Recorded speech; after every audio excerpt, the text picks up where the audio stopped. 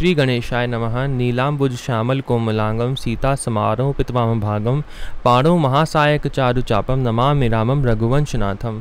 प्रहलाद नारद पराशर पुंडरीक व्यासाम्बरी शुक शौनक भीष्म दाल्यभ्यान रुकमांग दार्जुन वशिष्ठ विभीषण आदीन पुण्यानिमान परम भागवतान स्मरामि।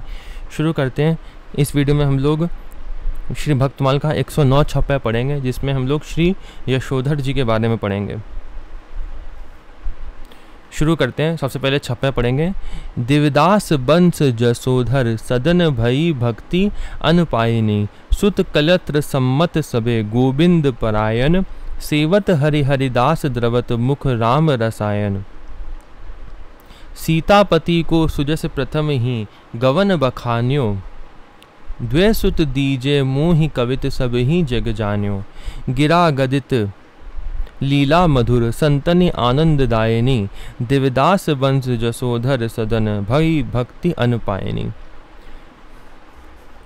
श्री दिवदास जी के वंश में उत्पन्न श्री यशोधर जी के घर में अनुपायिनी भक्ति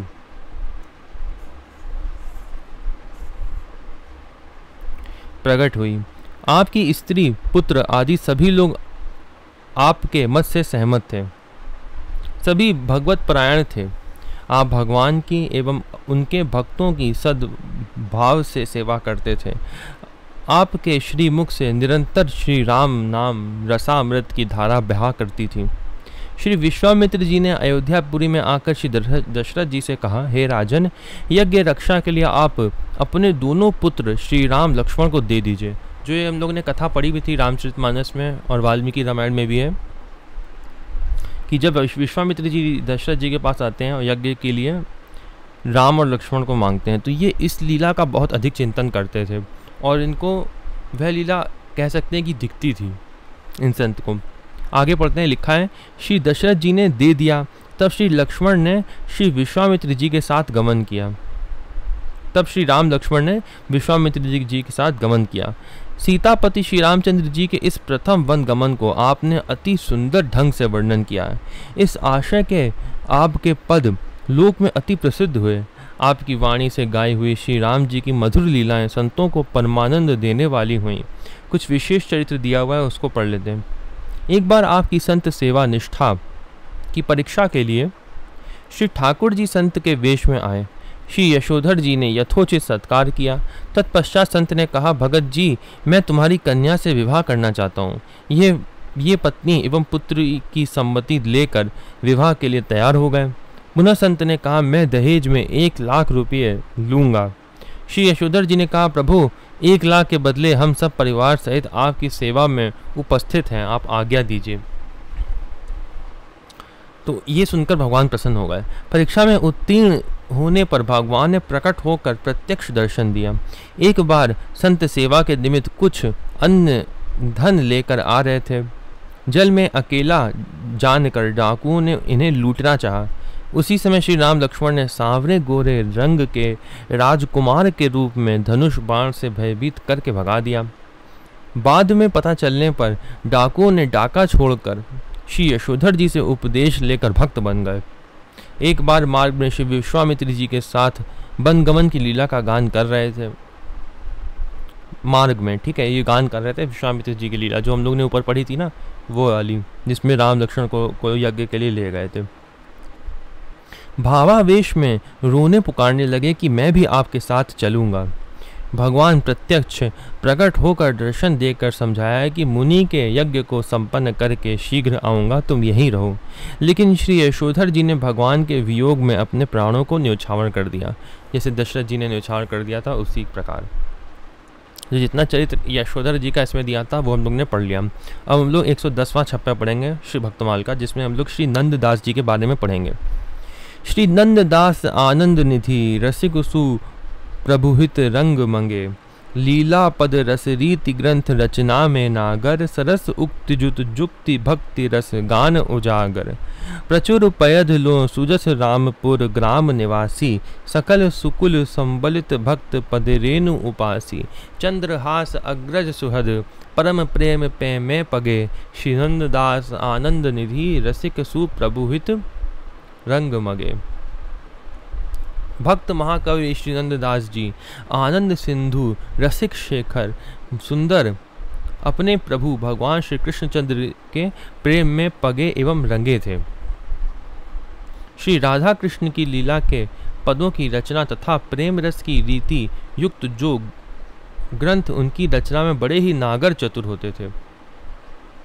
आपकी उक्तियां अत्यंत सरस एवं युक्त अर्थात तर्क संगत हैं। भगवत भक्ति के सभी रसों का गान करने में आप परम उजागर प्रसिद्ध थे।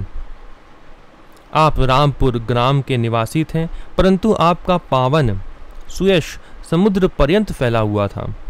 उत्तम कुलीन ब्राह्मण कुल में उत्पन्न होकर उनके साथ रहते हुए उनके समेत भगवत भक्तों की श्री चरण रज के उपासक थे। आपके बड़े भ्राता श्री चंद्रहास जी भी बड़े सरल सरस हृदय वाले थे और अनन्य प्रेम के रस में पगे हुए थे। जैसे यहाँ पे लिखा है छप्पे में ग्रंथ रचना में, तो ग्रंथ रचना कौन कौन से करी, लिखा है कि आपकी 14 रचनाएं प्रसिद्ध हैं। कुछ विद्वानों के मत से 11 ही रचनाएं, 3 अन्य किसी की हैं। तो 14 कौन कौन सी हैं उसके नाम दिए हुए हैं। रास पंचाध्यायी, सिद्धांत पंचाध्यायी, अनेकार्थ मंजरी, मान मंजरी, रूप मंजरी, रस मंजरी, विरह मंजरी, भ्रमर गीत, श्याम सगाई, गोवर्धन लीला, रुक्मिणी मंगल, सुदामा चरित्र, भाषा, दशम स्कंद और पदावली। अधिकतर आपको भागवत पुराण के ही टॉपिक दिख रहे होंगे इन सभी में, और विशेष चरित्र इनका अधिक दिया हुआ है, उसको पढ़ लेते हैं। उसी में इनका काफ़ी अधिक चरित्र दिया हुआ है। शुरू करते हैं विशेष चरित्र। श्री भोज सखा के अवतार, तो किसके अवतार थे नंददास जी? भगवान के सखा का ही अवतार थे, भोज सखा के अवतार। गंगा भगीरथ के पावन तट पर शूकर क्षेत्र सूरों के निकट जिला एटा में रामपुर नामक ग्राम में उत्तम सनाड्य शुक्ल ब्राह्मण परिवार में विक्रम संवत 1590। अगर कोई जानना चाहता है कि विक्रम संवत और ईस्वी में क्या अंतर होता है, तो उसमें 57 वर्ष का अंतर होता है। इसमें माइनस कर दो 57 वर्ष तो ईस्वी निकल आएगा। तो विक्रम संवत के अनुसार 1590 भाद्र कृष्ण पंचमी को पंडित श्री सच्चिदानंद जी के पुत्र श्री जीवाराम जी के घर श्री नंददास जी ने जन्म लिया। माता का नाम कमला था। चक्र तीर्थ सूरों के निकट वैष्णव वेद पाठी श्री नरसिंह जी की पाठशाला में आपने कुछ दिन अध्ययन किया।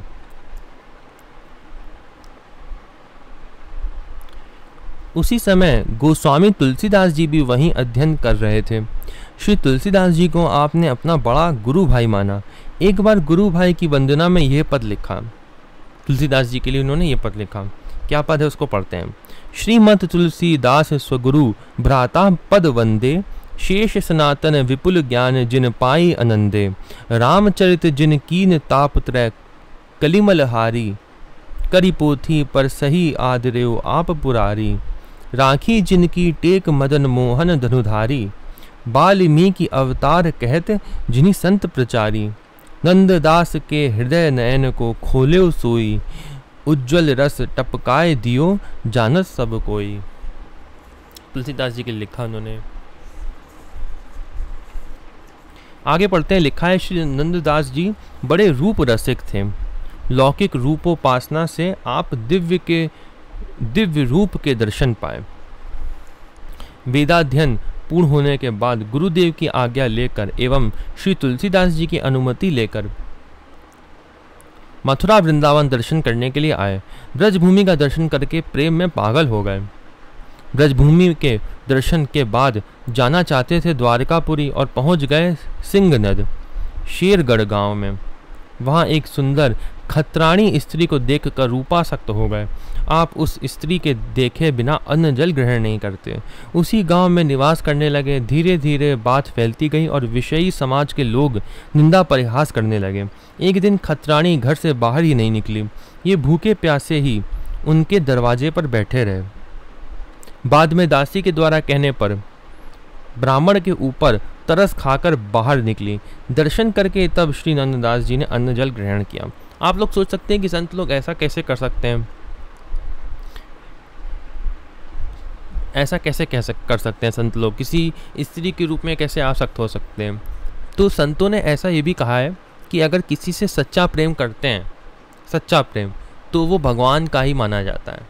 आप सोच सकते हैं कि ऐसा कैसे हो सकता है। सच्चा प्रेम जो होता है ना, वो स्वार्थ नहीं देखता है, वो स्वार्थ रहित होता है। और स्वार्थ रहित प्रेम जो है वो होता ही नहीं है संसार में, वैसे कहीं पे भी नहीं होता है। जितना भी प्रेम संसार का होता है वह सब स्वार्थ वाला ही होता है, अपने ही सुख के लिए होता है, दूसरे के सुख के लिए कभी नहीं होता है। अगर कोई स्वार्थ रहित प्रेम करेगा तो वह भगवान से ही माना जाएगा। पहला कारण ये है। दूसरा कारण कि भक्त जो होते हैं उनकी आसक्ति जो होती है वो कहीं पे भी नहीं होती है संसार में, कहीं पे भी आसक्ति उनकी संसार में नहीं होती है। और जब एक जगह एक आसक्ति उनकी आकर्षित होती है तो वो उनसे बहुत अधिक प्रेम करने लगते हैं। ये भी कारण संत लोग ऐसा बताते हैं। ये मैंने अपने मन से नहीं कहा है, ऐसा कथाओं में भी संत लोगों ने बोला है। ठीक है, तो पहली चीज़ मैंने जैसी बताई कि स्वार्थ रहित प्रेम संसार में होता ही नहीं है, और अगर स्वार्थ रहित हुआ तो भगवान से ही माना जाएगा। आप ये मेरे कहने पर जो इन संतों ने किया है जैसे, वो नहीं करना। जैसे स्त्री में आसक्त होने का इसमें लिखा है, जो मैं बता रहा हूँ वो थोड़ा समझना कठिन है, लेकिन जो लोग जानते होंगे इस बात को वह समझ गए होंगे कि मैं क्या कहना चाहता हूँ। ठीक है, आगे पढ़ते हैं। जैसे तुलसीदास जी के में भी ऐसा ही हुआ था, उनका भी प्रेम एक जगह एकत्रित हो गया था, क्योंकि उनके माता पिता भी नहीं थे तुलसीदास जी के भी, और बाकी सबसे वियोग हो गया था। आगे पढ़ते हैं फिर। लोक निंदा हो रही लेकिन ये नहीं माने। बदनामी से बचने के लिए बैलगाड़ी में आवश्यक सामान लाद कर खतरानी सहित परिवार के 3 सदस्य एवं दासी गोकुल के लिए चल दिए। ये जो दासी और जो खतरानी परिवार था वह इनसे पीछा छुड़ाने के लिए ये लोग बैलगाड़ी में चलकर गोकुल भागने लगे, इनसे पीछा छुड़ाने के लिए। लिखा है, प्रातःकाल आने पर जब श्री नंददास जी ने घर में ताला लगा देखा तो पड़ोसियों से पूछकर वह भी गोकुल के लिए चल दिए। मार्ग में दर्शन हो गया। जब रास्ते में खत्री परिवार के लोगों ने श्री नंददास जी को देखा तो घबरा गए कि जिसके लिए घर छोड़ा वह साथ ही साथ आ रहा है। यमुना पार करते समय मल्लाह को खत्री ने कुछ पैसा देकर कहा कि इस ब्राह्मण को इधर मत पार करना। मल्लाह ने ऐसा ही किया। खत्री परिवार गोकुल में पहुंचकर श्री गोसाई जी के दर्शन किया। इधर श्री नंददास जी दर्शन की उत्कंठा से श्री यमुना जी की स्तुति कर रहे थे। उधर श्री गोसाई विट्ठलनाथ जी ने खत्री परिवार को भगवत प्रसाद के लिए आमंत्रित किया। एक पत्तल ज़्यादा देने पर खत्री ने कहा, प्रभु एक पत्तल ज़्यादा है। श्री गोसाई जी ने कहा, तुम्हारे साथ एक ब्राह्मण भी तो है जिसे यमुना पार छोड़कर आए हो। खत्री को संकुचित देखकर श्री गोसाई जी ने समझाया कि वह विषयी नहीं है। क्या बताया उन्होंने? वह विषयी नहीं है, दैवी जीव है। उसी की कृपा से तुम लोगों को गोकुल का वास मिला है, उसका उपकार मानो। श्री गोसाई जी ने सेवकों के द्वारा उस ब्राह्मण को बुलवाया। आपको श्री गोसाई जी का दर्शन करके पूर्ण पुरुषोत्तम का दिव्य दर्शन प्राप्त हुआ, भगवान का दर्शन प्राप्त हुआ। उनको चरण शरण में पढ़कर क्षमा मांगी। श्री यमुना जी में स्नान करवाकर श्री गोसाई जी ने लगभग विक्रम संवत 1607 में ब्रह्म संबंध कराया। तब उनको ब्रह्म संबंध कराया। पहले उनकी पूरी आसक्ति जो थी संसार की वह खतरानी की तरफ हो गई, अब खतरानी से हटाकर भगवान में लगा दी, तो अब संसार से पूरी तरीके से हट गई। ये भी सब भगवान की लीला ही होती है।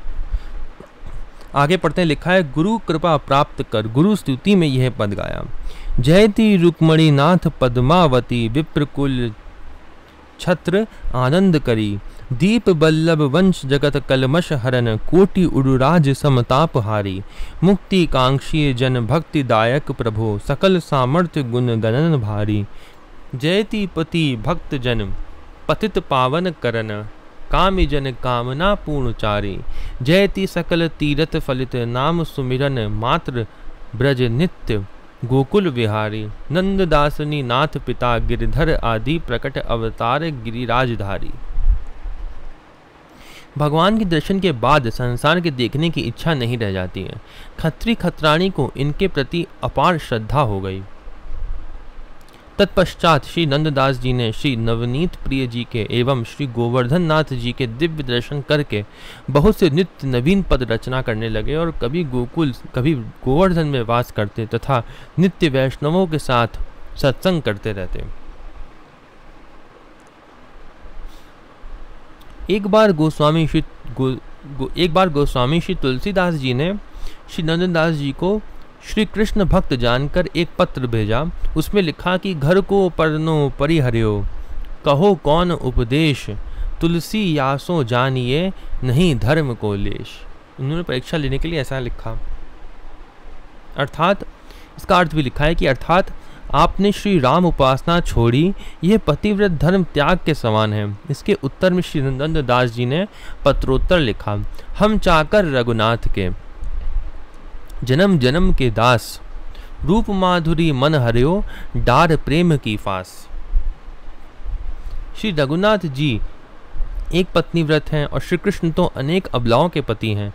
इनके भाव को जानकर श्री तुलसीदास जी ब्रज में आए और श्री नंददास जी से गोकुल में मिले। श्री तुलसीदास जी ने कहा, धाम रुचे तो रहु अयोध्या, पुरी रुचे रहु काशी, वन रुचे रहिए दंडक वन, गिरि कामद अविनाशी।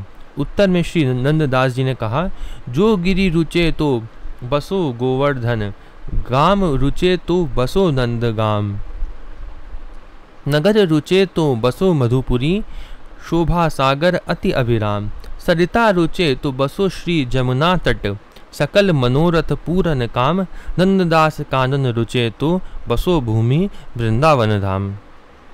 श्री गोस्वामी जी ने पुनः कहा, कहा कमी रघुनाथ में, छाड़ी कुल की कान। तब श्री नंददास जी ने कहा, मन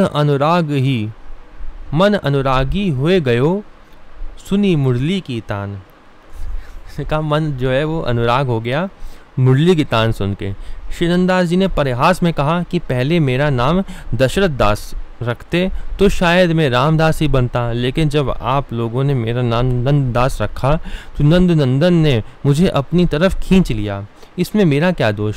ये सब हास परिहास चल रहा है, आप इसको ये गलत मत समझिएगा जो यहाँ पे लिखा है, इसको संसारिक तर्क मत समझिएगा। ये सब भक्त लोग सब जानते थे, रामकृष्ण में भेद नहीं मानते थे, ये बात आगे भी लिखी होगी। इसमें मेरा क्या दोष। युक्त युक्त बात सुनकर श्री गोस्वामी जी हंस गए और श्री रामकृष्ण को अभेद बताकर उपासना को ठीक बताया। वे जानते थे ऐसी परीक्षा ले रहे थे। श्री नंददास जी ने अभेद परख यह पद गाया, रामकृष्ण कहिए उठी भोर, वह अवधेश धनुष कर धारे, ये ब्रज जीवन माखन चोर, उनके छत्र चंबर सिंहासन, भरत शत्रुघ्न लक्ष्मण जोर, इनके लकुट मुकुट पीतांबर, नित गायन संग नंद किशोर, उन सागर में शिला तराई, इन राख्यो गिरी नख की कोर, नंददास प्रभु सब तजी भजिए, जैसे निरखत चंद चकोर। श्री नंददास जी की प्रार्थना पर संतुष्ट होकर श्रीनाथ जी ने गोस्वामी तुलसीदास जी को श्री राम रूप धारण कर दर्शन दिया। 252 वैष्णव वार्ता में ये बात लिखी हुई है। यहाँ पे जो पद दिया हुआ है उसको फिर से पढ़ लेते हैं। जैसे लिखा है, श्री नंददास जी ने अभेद परक यह पद गाया। तो क्या पद है?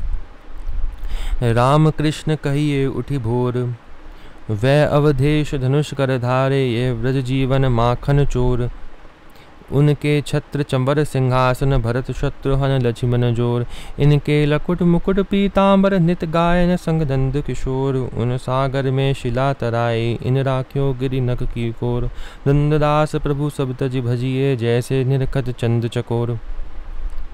श्री नंददास जी की प्रार्थना पर संतुष्ट होकर श्री नाथ जी ने गोस्वामी श्री तुलसीदास जी को श्री राम रूप धारण कर दर्शन दिया।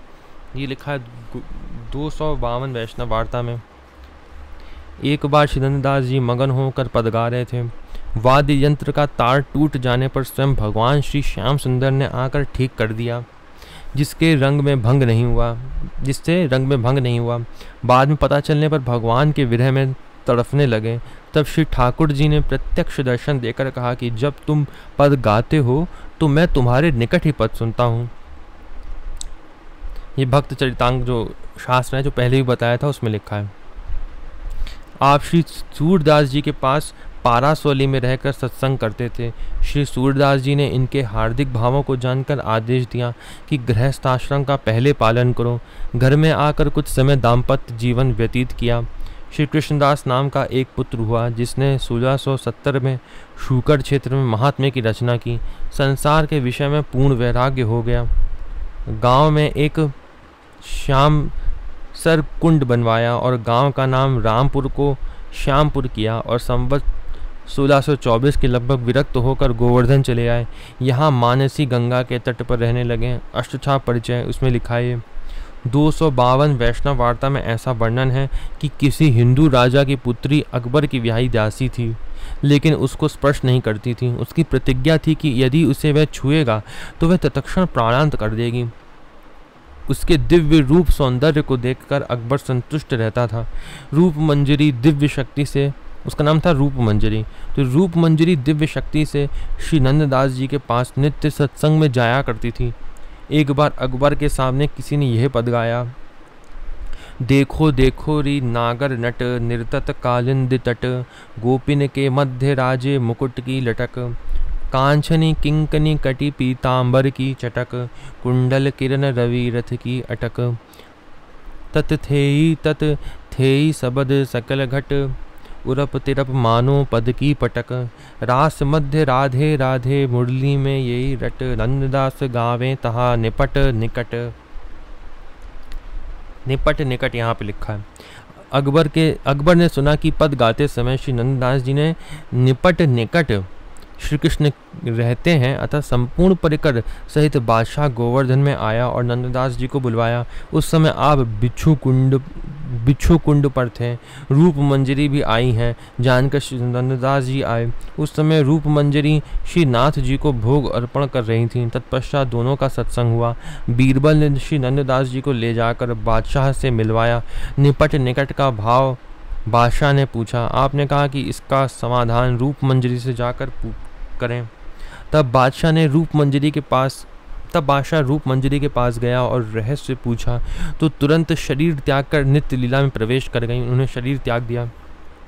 फिर श्री नंददास जी से जाकर पूछा तो वह भी मौन हो गए और मानसी गंगा के तट पर एक अश्वत्थ वृक्ष के नीचे संवत 1640 में शरीर त्याग कर नित्य लीला में प्रवेश कर गए। इसका अर्थ क्या निकालना चाहिए? तो लिखा है गोपनीय प्रेम रहस्य को अनधिकारी के समान प्रकट करना अनुचित मानकर दोनों ने देह त्याग दिया। अनधिकारी के सामने प्रेम प्रकट नहीं करना चाहिए, इससे मालूम पड़ता है। श्री नंददास जी ने रूप मंजरी नामक काव्य का प्रणयन किया है। रूप मंजरी निर्भयपुर के राजा धर्मवीर की कन्या थी। राजा कन्या का विवाह योग्य वर के साथ करना चाहते थे, लेकिन लोभवश पुरोहितों ने अयोग्य वर से संबंध निश्चित किया। इससे राजकुमारी सच्चे पति भगवान श्री कृष्ण को ही पति मानकर उनसे प्रेम किया। इनकी सखी इंदुमती ने पूरी सहायता की। स्वप्न में प्रियतम के दर्शन कर मिलने की उत्कंठा हुई और असह विरह व्याप गया। अनन्य प्रेम को देखकर श्री कृष्ण ने इन्हें अपनाया। सत्संग से इंदुमती का भी उद्धार हो गया। श्री नंददास जी की वाणी भक्तों को तथा साहित्यकारों को आनंद मग्न करने वाली है। तो जितना चरित्र इसमें दिया हुआ था नंददास जी का वहीं पे समाप्त होता है। अगली वीडियो में हम लोग श्री जन गोपाल जी के बारे में पढ़ेंगे और माधव दास जी और श्री अंगदास जी के बारे में पढ़ेंगे। उसके बाद श्री मीरा जी का चरित्र भी आएगा आगे, चतुर्भुज जी और श्री मीरा जी का चरित्र। ओम नमो भगवते वासुदेवाय।